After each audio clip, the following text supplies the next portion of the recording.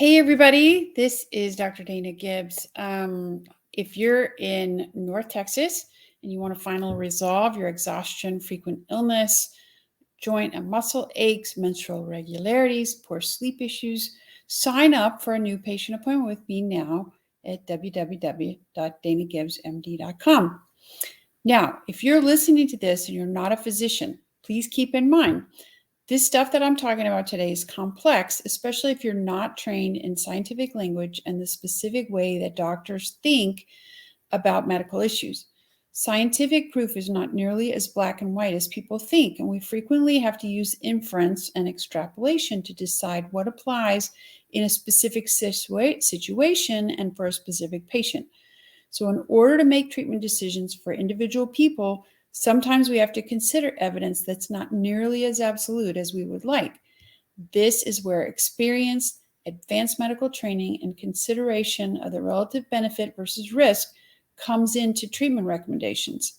So this is not meant to be medical advice, and you should consult your own physician for any medical issues or diagnoses you may have. All right, so today I'm going to continue discussing things that I really wish more doctors knew about thyroid. If they did, I wouldn't have spent 20 years undiagnosed, exhausted, cold, and just feeling worn out. So these pearls, so to speak, are the bits of knowledge I use in my practice to help people get better results from their thyroid medicine. So in the last live, I mentioned briefly Hashimoto's thyroiditis, and it turns out not so many physicians know very much about it, how to diagnose it, or that it can be treated. So let's dive in a little. Hashimoto's is an autoimmune disease that turns up during times of extreme stress, like having a baby, for example, and it's more common in women. It's actually extremely common, like maybe as many as 15% of women demonstrate antibodies to their thyroid when tested, and up to 4 or 5% will develop symptoms and be definitely diagnosed. So it's still definitely the most common cause of hypothyroidism in the USA. So in Hashimoto's, the body is making antibodies against the hormone synthesis proteins thyroglobulin and thyroid peroxidase, sometimes just one or the other, but sometimes both. Then your thyroid becomes inflamed and infiltrated with lymphocytes as a result. It can be really tender and swollen, and it can leave scar tissue as it waxes and wanes. It'll heal and then come back and heal and come back. So then tight bands of scar tissue and then regrowth of thyroid follicles or thyroid hormone producing tissue sometimes then leaves nodules that can be mistaken for thyroid cancer, though they're not actually tumors. So it's really important to make the right diagnosis, particularly if a patient's considering having surgery for a thyroid mass. In other cases, the thyroid will just feel rubbery and slightly enlarged instead of completely soft and non-palpable, which would be a normal thyroid.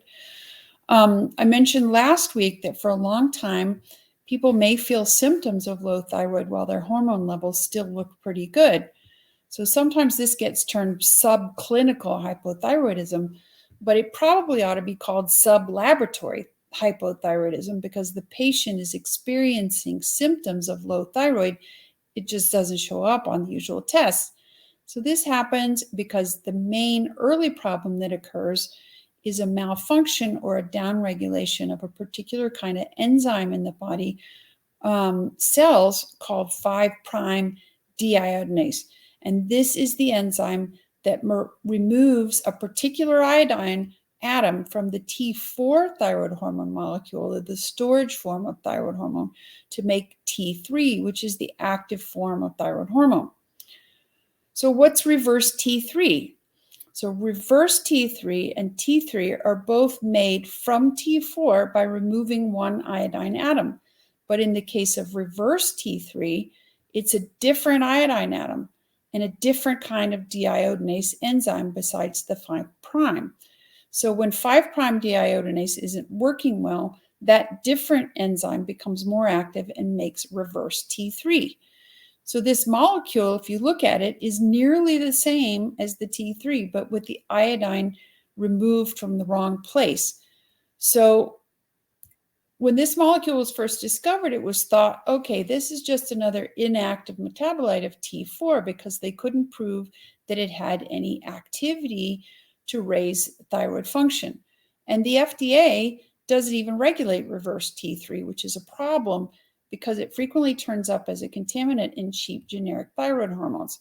But it turns out not to be inactive at all because it's so similar to T3, it binds those same receptors, the T3 receptors. Those are the ones in the cell nucleus that control all the metabolic activity that the thyroid hormone is responsible for in every body tissue: growth, energy, production, protein synthesis. The problem is reverse T3 binds those receptors and blocks them. So it blocks out the normal T3. So it means it's a competitive inhibitor. That's what it's called in science, at that receptor site. And the more of it is there, the less the actual T3 can get in and bind and do its job. So originally, this was an adaptive, meaning helpful for survival response in the body to starvation, to severe illness or injury, or to extreme high thyroid levels like are seen in Graves' disease or thyrotoxicosis. So it helps keep the body from just burning itself up. So where this has been studied the most is in critically ill ICU patients who have an infection or a severe injury or who've had a really, really big surgery. And if they get the ratio of T3 to reverse T3 going really low, it's a strong predictor of a bad outcome in these patients. And giving T3 from outside or the prescription liothyronine can actually really help. But interestingly, giving more T4 or levothyroxine actually has the opposite effect, makes the problem worse.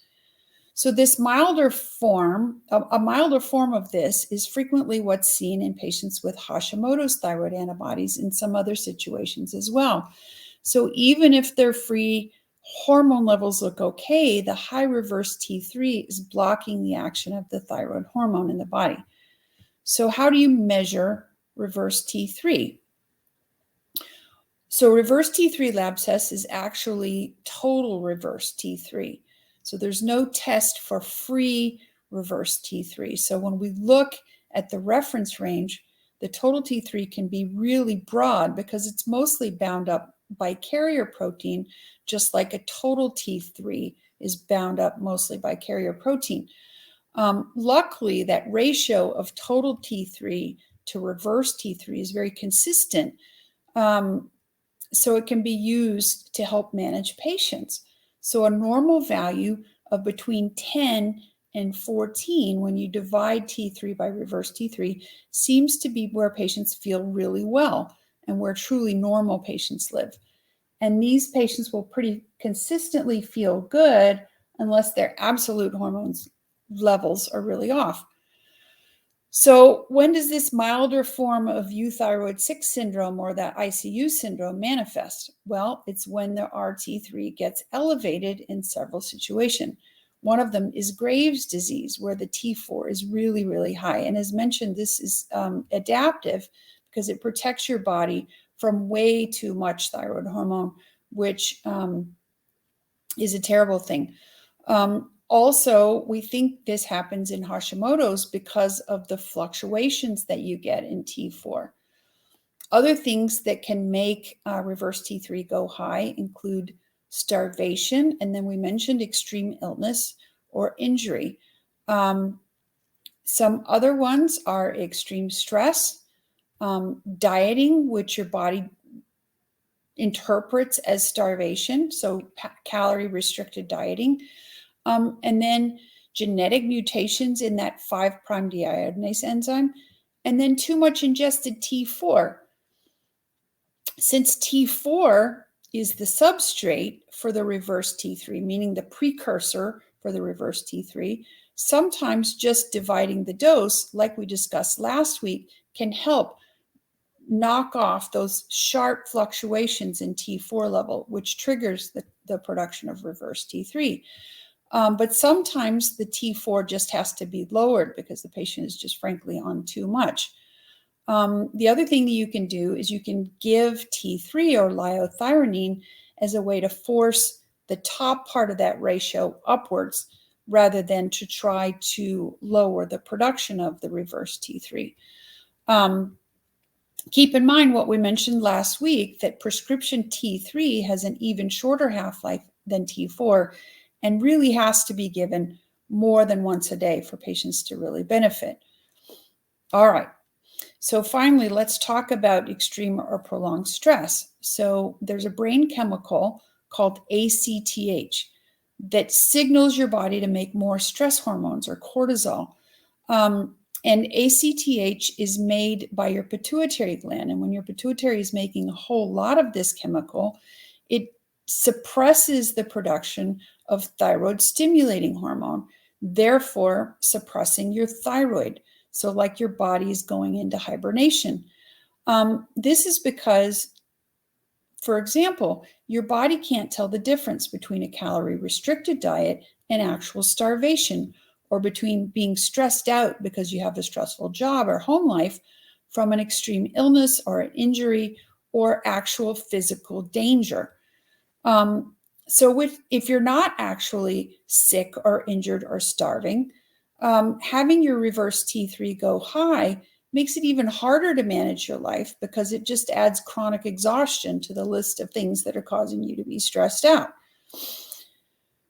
So there are more ways that chronic stress harms or dysregulates thyroid function as well. And most of them are beyond the scope of this discussion, but suffice to say, if you're having symptoms of low thyroid and stress, it's likely that your thyroid isn't working well, even if your labs look okay. And there are things that can be done to fix this, and we'll address that in a future discussion.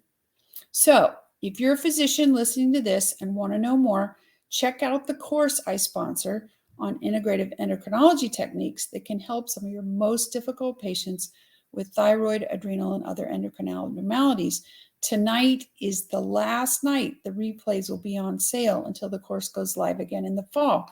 And that can be found at www.allergyaccessmd.com/endo-opt-in. All right, you guys, have a great night. I enjoyed it, and talk to you again soon.